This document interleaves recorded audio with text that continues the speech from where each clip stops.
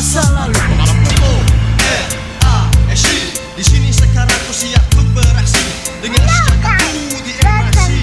The Ball siap maju untuk berproduksi. Very. So, ayan. Ayan mga viewers ko, subscriber ko. Okay. Welcome po sa aking YouTube channel, Randy Channel. Paki-subscribe, like, and share sa aking YouTube channel. At pakipindot na rin yung notification bell para update kayo sa mga video upload ko. Okay? Hayaan nyo muna ang batingo kayo ng mga umaga, magandang gabi sa inyo lahat. Saan man kayo panig na mundo na roon, especially ang ating mga OFW dyan. Magandang umaga, magandang tanghali, magandang gabi sa inyo lahat, mga OFW. Habang kayo nakamonitor sa mga dito sa social media. Okay? May iba ko ng topic ngayon, mga viewers ko. Itong vlog ko ngayon ay patungkol to doon sa napon kong kamakailan lang na nangyaring barilan sa dito sa Makati. Bandang Makati. Dito sa Bandang Makati sa may tunnel. Na kung saan nabaril ay isang driver. Nabaril ito ng isang mayamang tao. Sabihin, may kaya sa buhay. Kasi naka Mercedes-Benz eh. Medyo kuan talaga eh, medyo pagdating talaga sa mga may kaya sa buhay, para ang bilis lang sa kanilang kumitil ng buhay ng isang tao. Parang ang bilis, parang ang sa kanila, parang yung tao kala mo parang manok lang. So sa may kaya sa buhay yung iilan diyan na may mga ang tawag ko diyan sa mga ganyan tao, may mga sira sa ulo. Kasi kung matino yan, hindi magagawa yan. Pero kung dahil lang sa gitgita na sa traffic naginit na kaagad yung ulo niya. Di lang siya napagbigyan kaagad naginit na kaagad. Di ba? Makikita mo yung tao na may utak. Utak. Masabi kong utak uod. Hindi matino yung pag-iisip ng mga tao.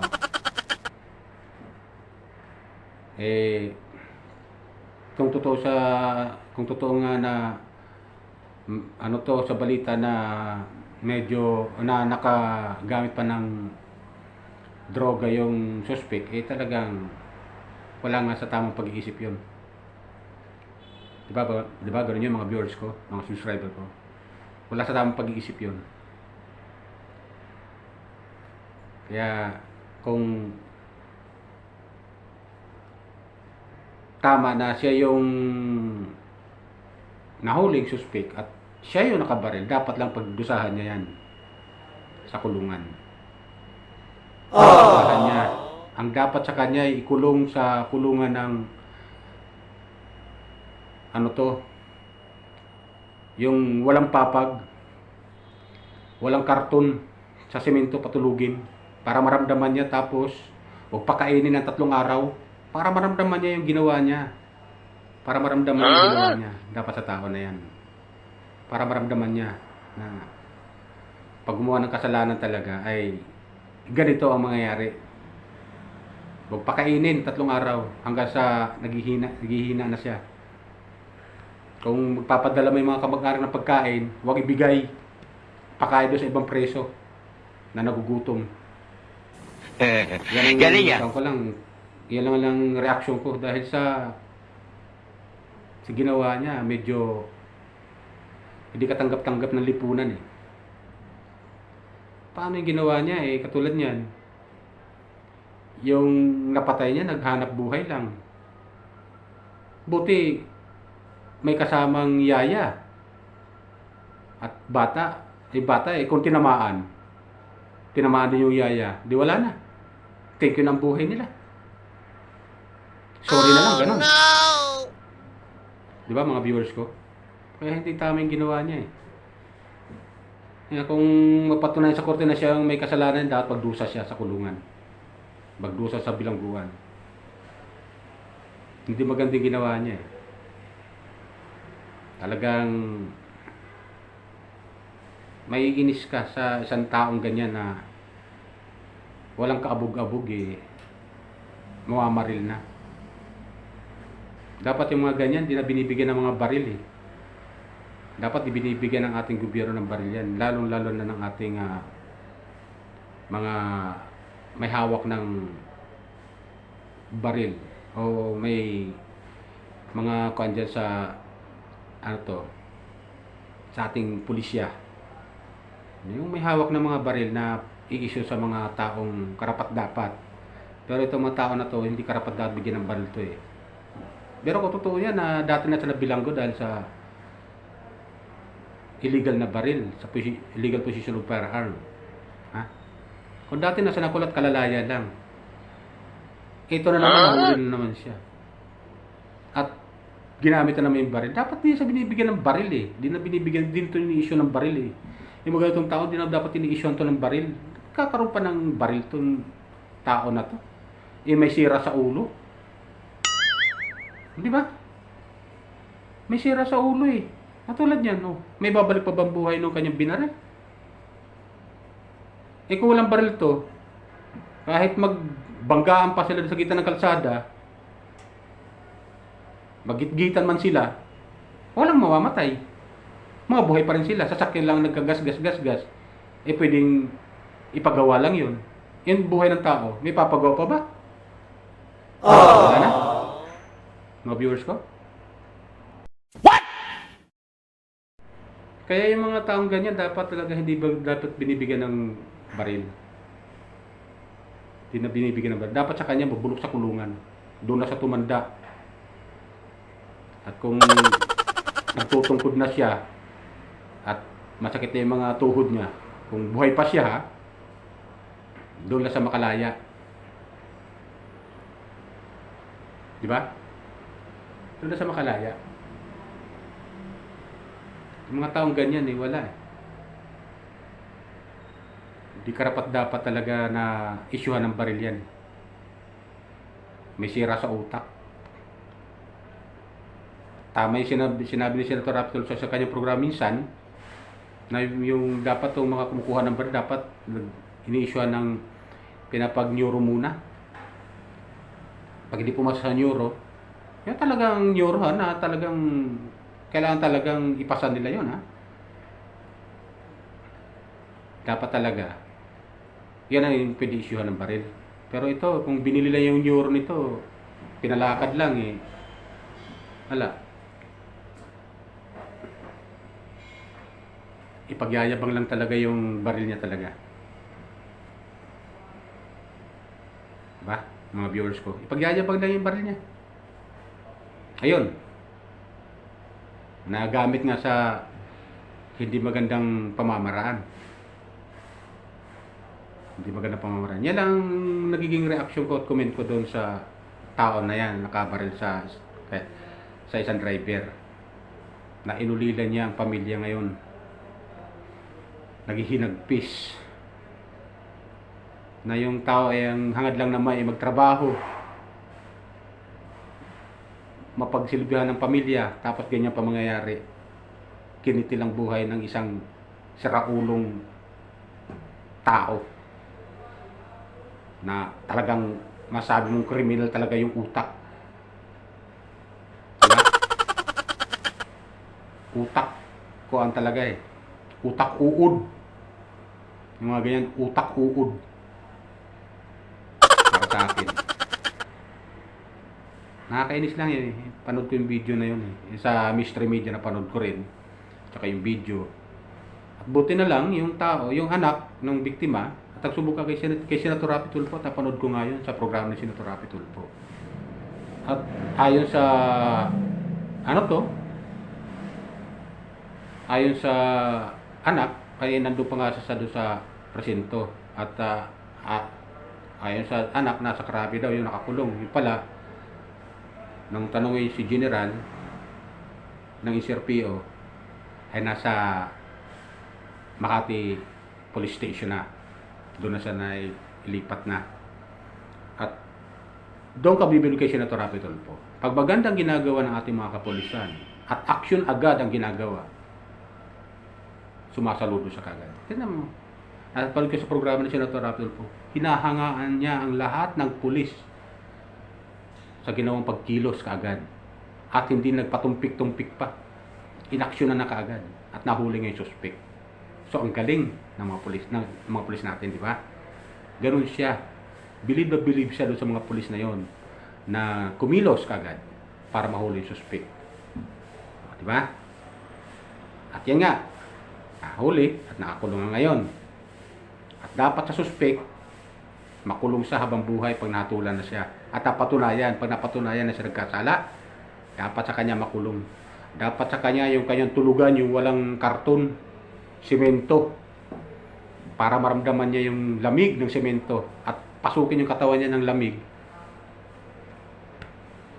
para magkasakit siya doon sa ginawa niya. Para maramdaman niya lang yung ginawa niya na hindi tama.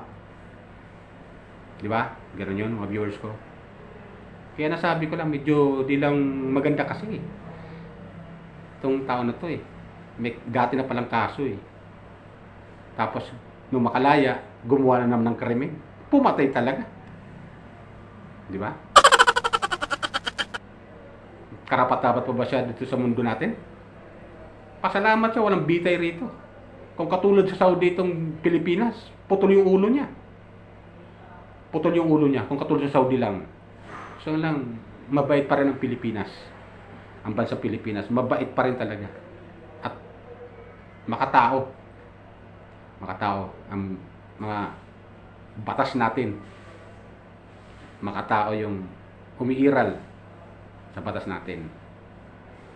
Pero kung sa ibang bansa yan, pag nahatulan siya at napatulan nagkasala, tanggal yung ulo niya. Ibang klase ang batas ng lalo-lalo Saudi. Ibang batas. Pag kumital ka ng buhay, buhay din ang kapalit. Hindi ka na pakakainin pa ng gobyerno ron nang matagal. Puputulan ka na kagad ng ulo pag natulang ka, nagkasala ka. Ganun ang batas. Ha? Kaya yung mga mamamayan nila doon, takot, ingat na magkasala sila. Dahil sigurado ganun ang sasapitin nila. Dito sa ating bansa, ang dahil mga kriminal dito. Nagtatawanan lang yung ibang kriminal eh. Mga dayuhan pa. Ang mga kriminal dito, ang masaklap mga dayuhan pa dito sa bansa natin. Kaya dapat sa kanila, dapat mahuli. At ikulong dito ng matagal. Kulong dito ng mahigit 30 years bago sila ibalik sa bansa nila. Para hindi na pamarisan ng iba pa. Di ba? Hindi maka-influensya pa ng iba. Di ba? Ganun yung mga viewers ko. Totoo ba yan? Kaya, mapapayo ko lang sa ating mga may hawak ng baril. Huwag nyo gamitin ang baril na inisyo sa inyo nang walang kaabog-abog. Na walang kakwenta-kwenta. Dapat ang baril ginagamit kung talagang nasa alanganin na ang buhay nyo. Ginagamit yan kung alanganin ang buhay nyo. Pero kung hindi naman alanganin, iwas muna kayo. Hindi masama umiwas eh. Hindi kaduwagan yung umiiwas eh. Hindi kaduwagan yun eh. Yung umiiwas ka. Hindi kaduwagan yun. Ginagamit mo lang yung isip mo na hindi ka makadisgrasya ng kapwa mo. Di ba ganun yun mga viewers ko? Ginagamit mo lang yung isip mo na hindi ka makadisgrasya ng kapwa mo. Hindi ka magkasala sa batas ng tao, sa batas ng Diyos. Kaya umiiwas ka lang. Hindi ka duwagan yun pag umiiwas ka. Sabihin man duwag ka na, umatras ka, may armas ka, okay lang yun. Hindi mo kaduwagan yun. Umiiwas ka lang na hindi mo siya madisgrasya. Di ba? Aba, ikaw nasa alanganin ng buhay mo. Ano pang gagawin mo? Doon mo nagagamitin yan. Kaya ginawa yung baril na yan. Dahil yung baril na ginawa yan talaga para ipampatay sa tao. Ginawa talaga yan. Pero ginagamit sa magandang paraan. Talagang ginawa talaga yung baril na yan para ipandepensa sa tao, depensa ng isang tao sa mga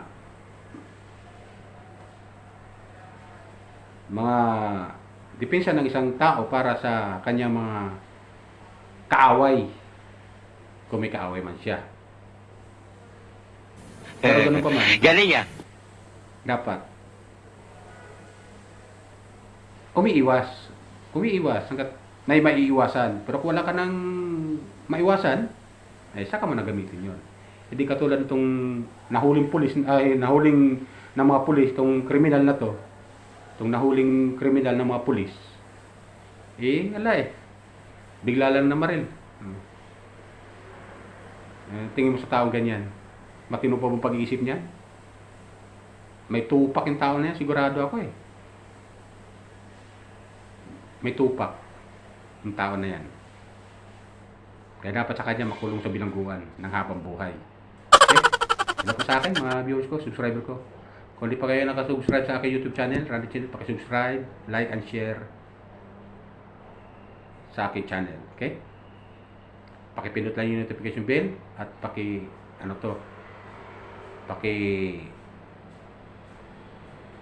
comment ka rin kung anong comment nyo. Okay?